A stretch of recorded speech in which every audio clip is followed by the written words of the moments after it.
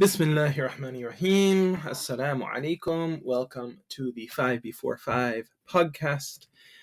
This week we are going to be talking about what could be a slightly controversial topic, but inshallah the point will come through, comparing Silicon Valley and Masjid Shura boards. So without further ado, here is this week's 5 Before 5. Shura in Silicon Valley. How tech giants are outpacing us with our own principles. 5 lessons from the Netflix culture memo to help reinvigorate Muslim governance.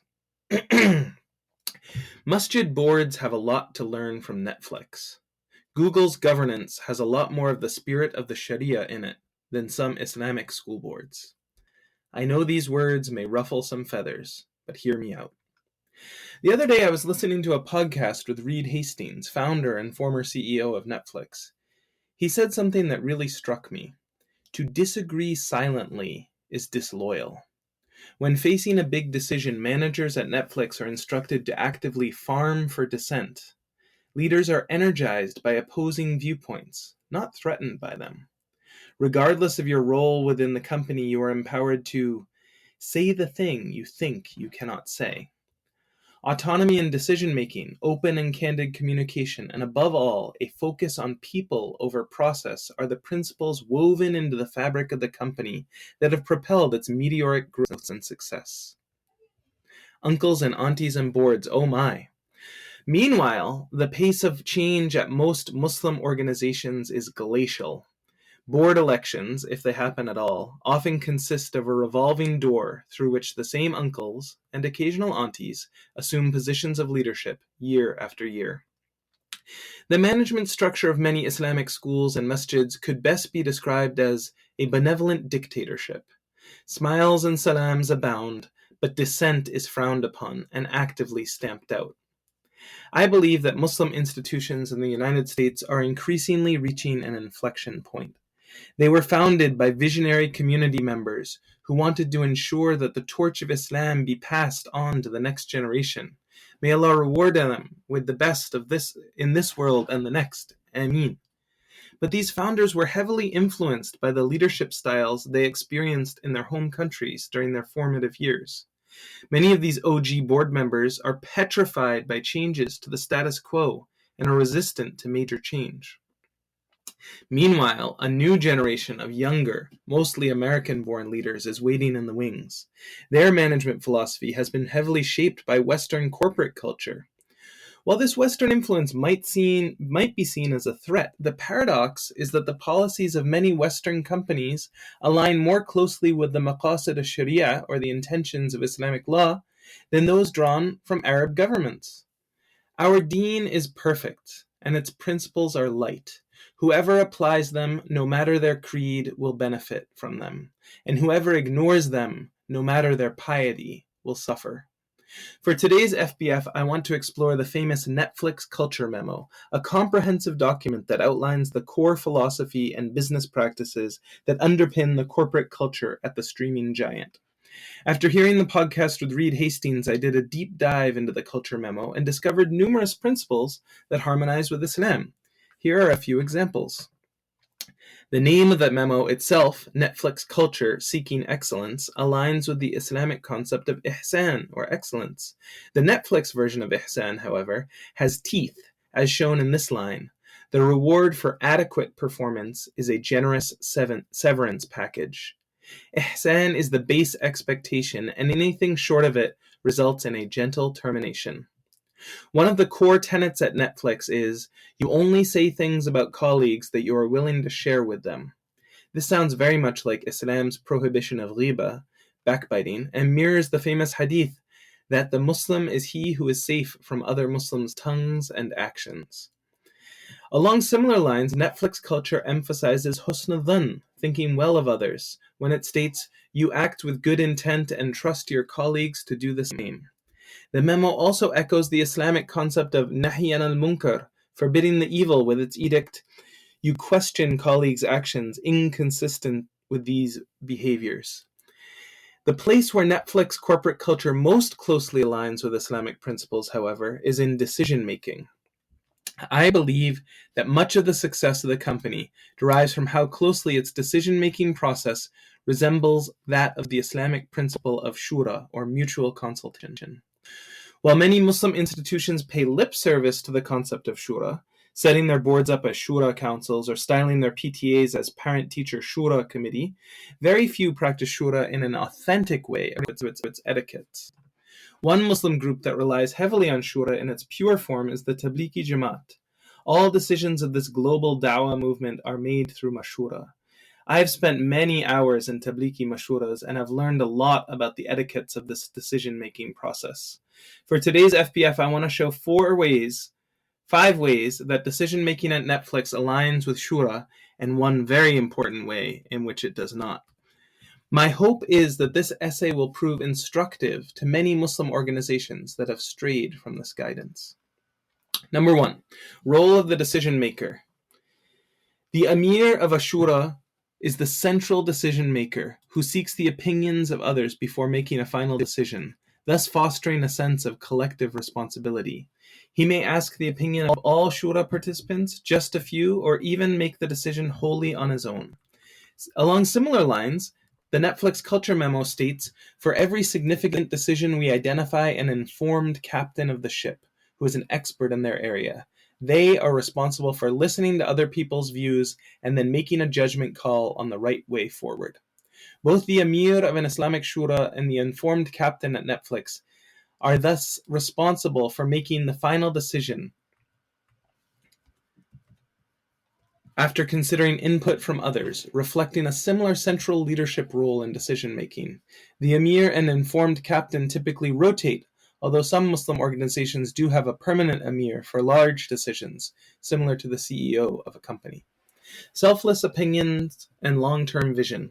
Islamic Shura emphasizes consultation with those who have good understanding and are devout.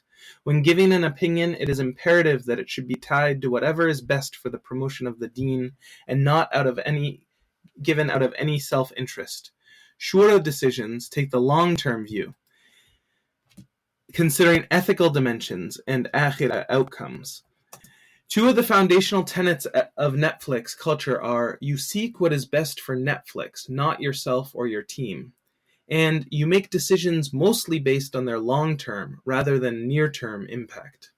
While allegiance to the deen is obviously a far more noble and important precept, there are unmistakable echoes about fidelity to a purpose beyond one's own selfish needs in the Netflix memo. Post-decision unity. Once a decision is made in Shura, everyone is expected to support it, regardless of their initial opinion, fostering unity and collective effort. There is no mashura before mashura and no mashura after mashura. In fact, if your opinion is accepted, you should make istighfar, seeking forgiveness in case there was some problem with it.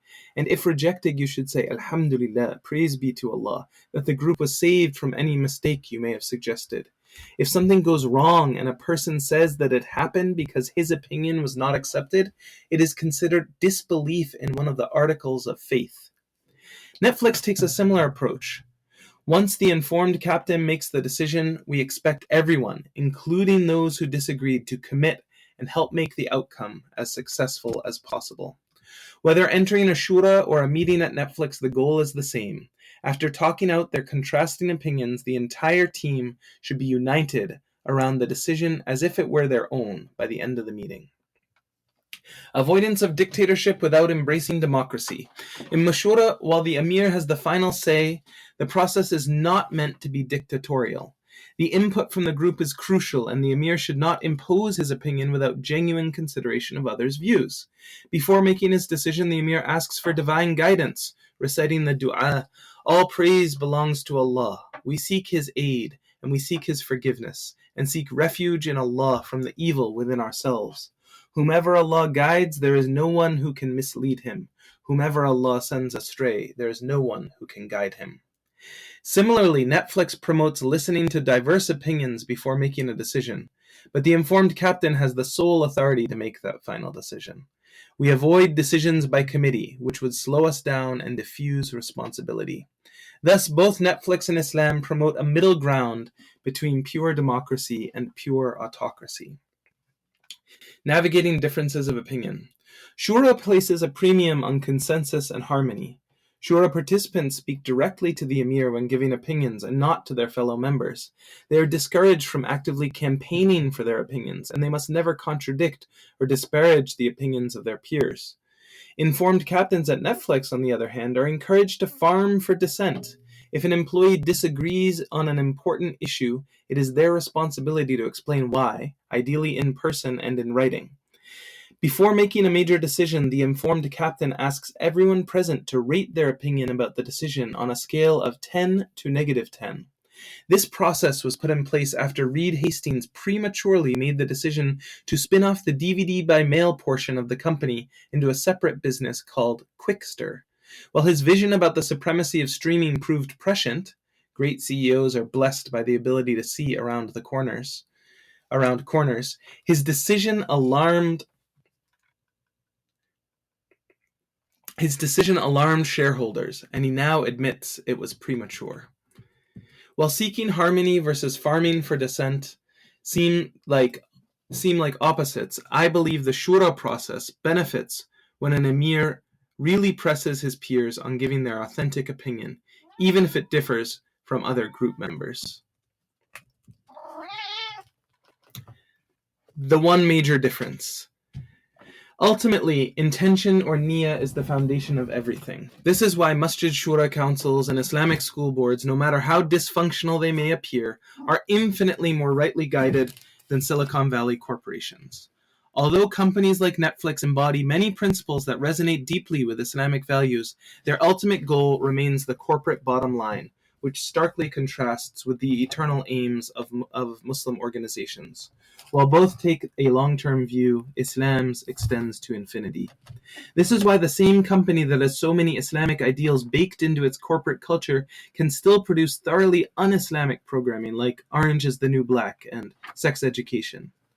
Nevertheless, the strategic approach to decision-making in companies like Netflix, focusing on open dissent, informed leadership, and unity post-decision, offers valuable lessons for Muslim organizations. These ideas are fundamental to our deen, but many of our Islamic governing bodies are less faithful to the ideals of Shura than Silicon Valley brands. Returning to the foundational precepts of Shura could be instrumental in enhancing the efficiency and inclusivity of decision-making processes within our communities. Netflix may feature plenty that's off limits, but their approach to decision-making, that's a series even an imam can subscribe to for insights into leadership. Please join the thousands of readers just like you on my 5 Before College email list. Every Monday and Thursday, I send out college and education tips interspersed with Islamic wisdom to help teenagers succeed in this world and the next. And oh yeah, please hit the like button as well, or leave a comment to let me know what you thought about this week's newsletter. Jazakallahu khair. Assalamu alaikum wa rahmatullah.